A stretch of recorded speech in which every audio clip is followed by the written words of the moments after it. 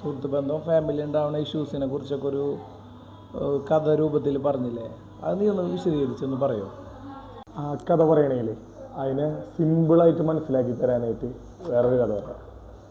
അതെന്താണെന്ന് വെച്ച് കഴിഞ്ഞാൽ, നമ്മുടെ ഒരു സ്വർണ്ണാഭരണവും ഒരു ഇരുമ്പിൻ്റെ ചങ്ങല, ചെറിയ ചങ്ങല ഉണ്ടാക്കുന്നത് ഇരുമ്പ് ചുറ്റിക വെച്ചിട്ട് തന്നെയാണ്.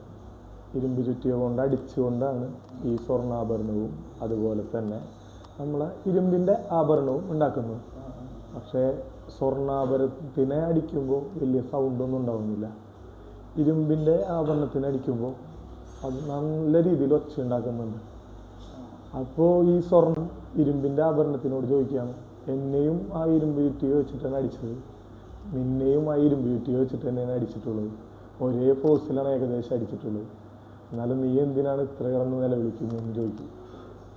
അപ്പോൾ സ്വർണ്ണാഭരണം പറയുകയാണ്, നിന്നെ അടിച്ചത് വേറൊരു വ്യക്തിയാണ്, എന്നെ അടിച്ചത് എൻ്റെ കൂട്ടത്തിൽ തന്നെയുള്ള ഒരാളാണ്. അപ്പോൾ എനിക്ക് എത്രയോ വിഷമാവുന്നു, അത്രയും ഞാൻ നിലവിളിച്ചുകൊണ്ടിരിക്കുന്നു. ഇത്രയും ഉള്ളതിൻ്റെ കാര്യം. നമ്മളെ കൂട്ടത്തിലുള്ളവർ നമ്മൾ ഉപദ്രവിക്കുമ്പോഴും നമ്മൾ ബുദ്ധിമുട്ടാക്കുമ്പോഴും നമുക്ക് കൂടുതൽ വിഷമവും കൂടുതൽ സങ്കടവും കൂടുതൽ ദേഷ്യവും വരുന്നു. അതാണ് ഈ പറഞ്ഞ കുടുംബ ബന്ധത്തിലെ ആയാലും സുഹൃത്ത് ബന്ധത്തിലെ ആയാലും ഒക്കെ വിഷയം വരുന്നത് അങ്ങനെയാണ്.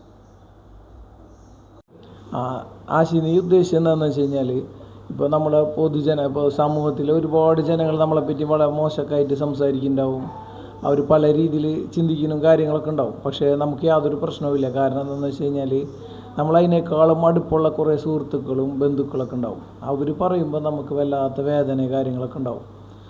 അത് സ്വാഭാവികമാണ്. കാരണം അവർ പറയുമ്പോൾ എന്ത് പറയാലും ഒരു നോട്ടത്തിലായാലും ചെറിയ ചെറിയ മാറ്റം ഉണ്ടായാൽ തന്നെ നമ്മൾക്ക് മാനസികമായിട്ട് ഭയങ്കര ബുദ്ധിമുട്ട് കാര്യങ്ങളുണ്ടാവും.